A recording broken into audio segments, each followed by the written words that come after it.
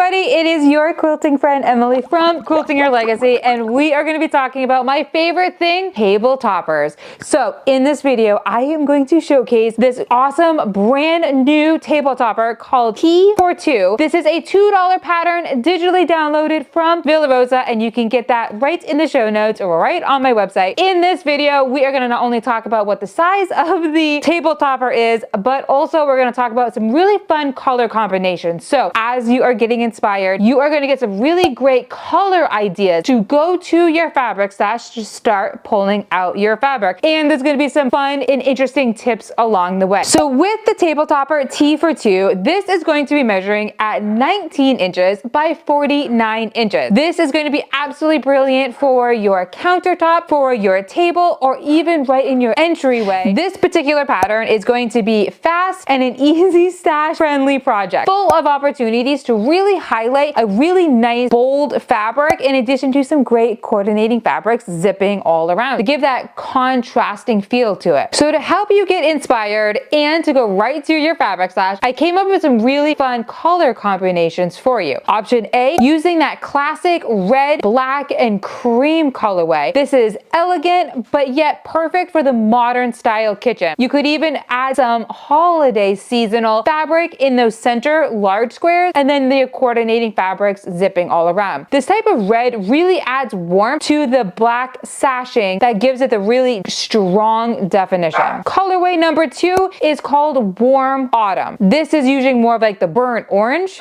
olive, and tan colorway, and it gives it a little bit of like a pumpkin spice type feel to it, like a good pumpkin spice farmhouse type table topper. This is going to be very cozy and grounded and absolutely brilliant for a nice fall refresh. Colorway number 3 is going to be the blue and white and yellow, just a nice happy type table topper. This reminds me of like vintage tea set. It's like a combination that would really brighten up any neutral colored room. Now the fourth colorway that I've got for you is a teal, pink, and floral green colorway. This feels more like a spring type garden, ready to absolutely bloom. It's soft but yet playful at the same exact time. If you were to choose some floral color fabrics, it would just give it that little extra charm as well. And then the pink gives it such great warmth, in addition to the teal really freshens everything up. Colorway number 5 is going to be holiday fun. Why not? So this is where using the greens, the red, the gold accents, yes, you could absolutely use some metallic thread when it comes to finishing it. And while adding some metallic thread into it, it'll really make the table topper just boom with festive magic. So when it comes to the block layout, it's all about the main squares, and then you have the sashing zipping all around, in addition to the background color fabric, which is just bringing all of your fabric pieces absolutely right together. So to make this table topper, you're going to be having 2 different main color fabrics.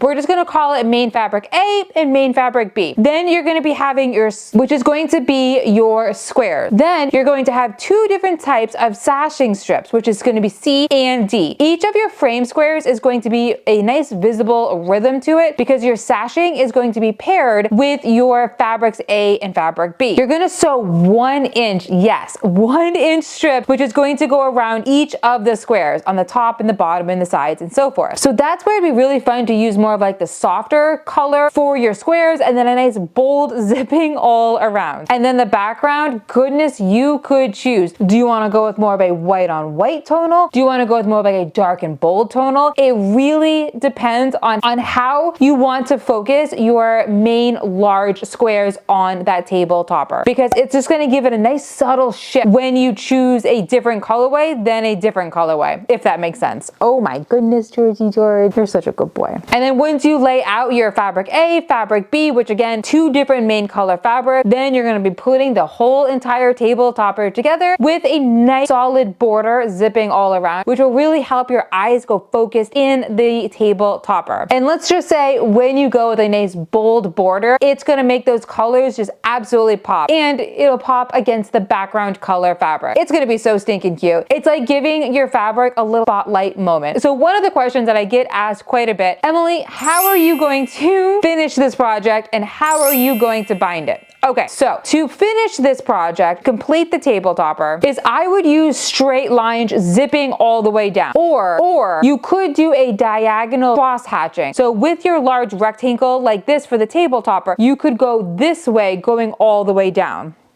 Georgie is not going to let me demonstrate, but hopefully you know exactly what I mean. So instead of going across, you're going to be going diagonal to finish the table topper.